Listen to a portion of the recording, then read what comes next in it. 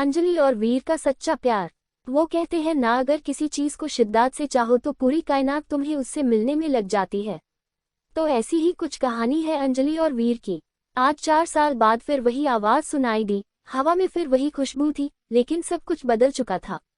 उससे देख के ऐसा लगा मानो जिंदगी मुझसे बोल रही है, तू अभी जिंदा है, तू अब भी ख्वाब देख सकता है, तू अकेला नहीं है अब। लेकिन फिर भी मन में कहीं डर था कि कहीं ये सपना तो नहीं है जो आंख खुलते ही टूट जाएगा। मन में हजार सवाल चल रहे थे कि तभी वो सामने आग बोली, हाय कैसे हो। मैं तो उससे बस देखता ही रह गया। वो फिर बोली, हेलो कैसे हो, कुछ बोलो। मैं हड़बड़ाहट में बोला, मैं ठीक ही हूँ, तुम जैसी हो। वो बोली, ठीक हूँ, तुम इस कंपनी में जॉब करते हो।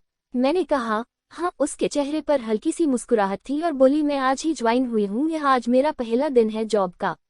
ये सुनकर मानो मेरे अंदर कहीं खुशी की लहर चल पड़ी, लेकिन मैं उससे वो खुशी बांट नहीं सकता था। मैं आज 4 साल बाद उससे मिला था। वो मेरी पहली मोहब्बत थी। हम दोनों साथ में बहुत खुश थे, लेकिन फिर एक दिन आया जब वो मुझसे जुदा हो गई। आखिरकार गलती भी मेरी ही थी। असल में वो मुझे छोड़ के नहीं गई थी, मैंने ही कुछ गलत कर दिया था उसके साथ। मैं ही बेहक गया था किसी और के लिए। और लेकिन वो कहते हैं ना, प्यार अगर सच्चा हो तो बुरे से बुरा इंसान को बदल देता है। ऐसा ही कुछ हुआ मेरे साथ।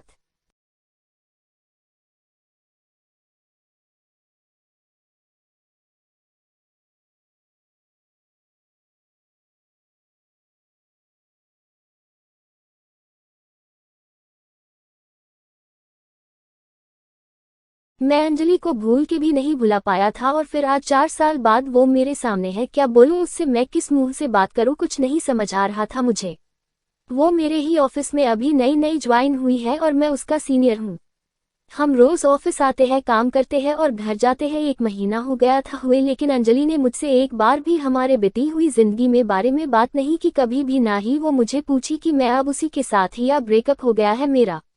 एक दिन जब शाम ऑफिस से निकलने का टाइम हुआ तो बहुत बारिश हो रही थी और मेरे पास छता नहीं था कि मैं बस स्टैंड तक भी जा सकूं थी। मैं ऑफिस में ही वेट कर रहा था बारिश रुकने के लिए। तभी अंजलि ऑफिस से निकल रही थी और मुझे बैठा देखकर पूछी, तुम्हें घर नहीं जाना? तो मैंने कहा घर तो जाना है, लेकिन मैं आज छता नहीं लाया और बाहर बहुत बारिश हो रही है, इसलिए वेट कर रहा हूँ रुकने के लिए।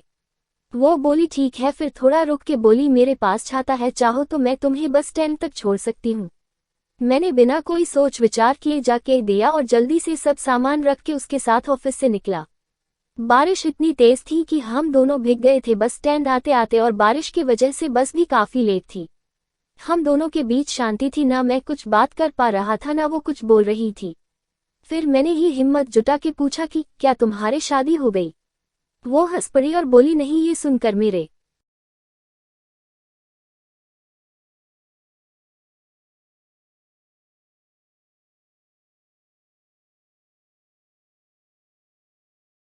दिल को जो खुशी हुई मैं उससे बता भी नहीं सकता था। फिर कुछ देर बाद वो मुझसे पूछी, तुम्हारी हो गई? मैंने कहा नहीं। फिर थोड़ा रुककर मुस्कुराते हुए पूछी, प्रीति का क्या हुआ? मैं थोड़ा शांत हो गया और बोला, हम साथ नहीं है। वो कुछ नहीं बोली, बस चुपचाप खड़ी थी। फिर मैंने बहुत हिम्मत जुटा के कहा कि अंजलि मुझे माफ कर देना, मैंने तुम्हारे साथ बहुत गलत किया था। वो चुप ही थी, कुछ नहीं बोली। मैं भी चुप खड़ा था। फिर थोड़ी ही देर में बस आ गई और हम दोनों बस में गए। अगले दिन जब मैंने ऑफिस में अंजलि को देखा तो मुझे उससे पूछना था क्या सोचा उसने, मुझे माफ किया कि नहीं, कैसे बात करूं उससे, यही सब सोच रहा था कि वो मेरे केबिन में मुझे एक फाइल देने आई। मैंने बिना कुछ सोचे उसे बोल दिया कि ऑफिस के बाद साथ में चलना, मुझे कुछ बात करनी है। वो बोली, क्या हम अभी भी इधर बात कर सकते हैं? मैंने कहा नहीं, ऑफिस के बाद मिलना। वो बोली ठीक है और चली गई। मैं बस इंतजार कर रहा था कि कब 6 बजेंगे कि मैं उससे बात कर पाऊंगा। टाइम जैसे थाम ही गया था।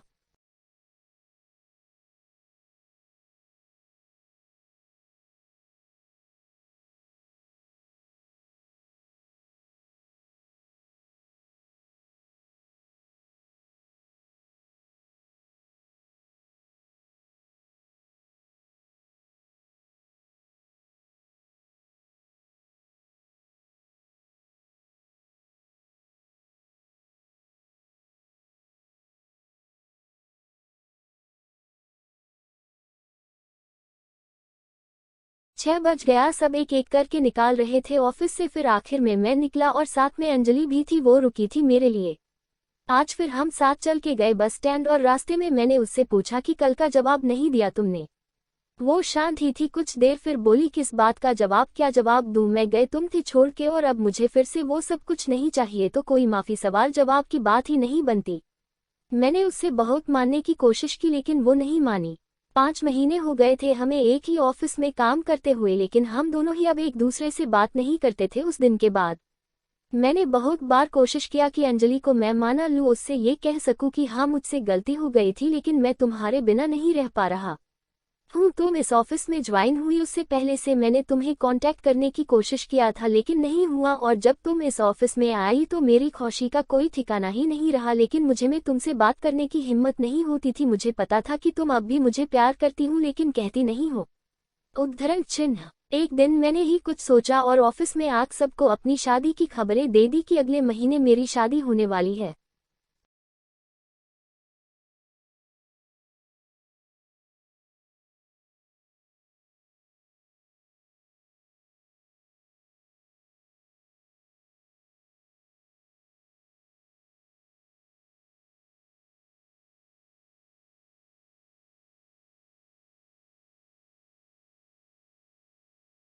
ये सुनकर ऑफिस में सब मुझे बधाई देने के लिए आए लेकिन अंजलि नहीं आई।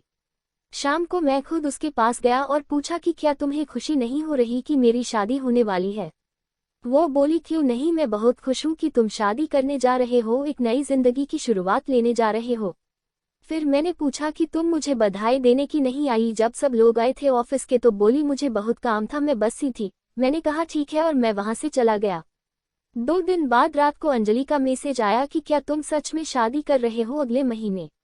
मैंने कहा हाँ। अगले दिन अंजलि ऑफिस ही नहीं आई थी। मैं सोच में सब गया कि क्या हो गया, वो आई क्यों नहीं। फिर मैंने अपने कलीग को कहा कि अंजलि को फोन करके पूछे कि वो ऑफिस क्यों नहीं आई। उसने फोन किया तो पता चला कि उससे बहुत तेज बुखार है और वो घर पर अकेला है।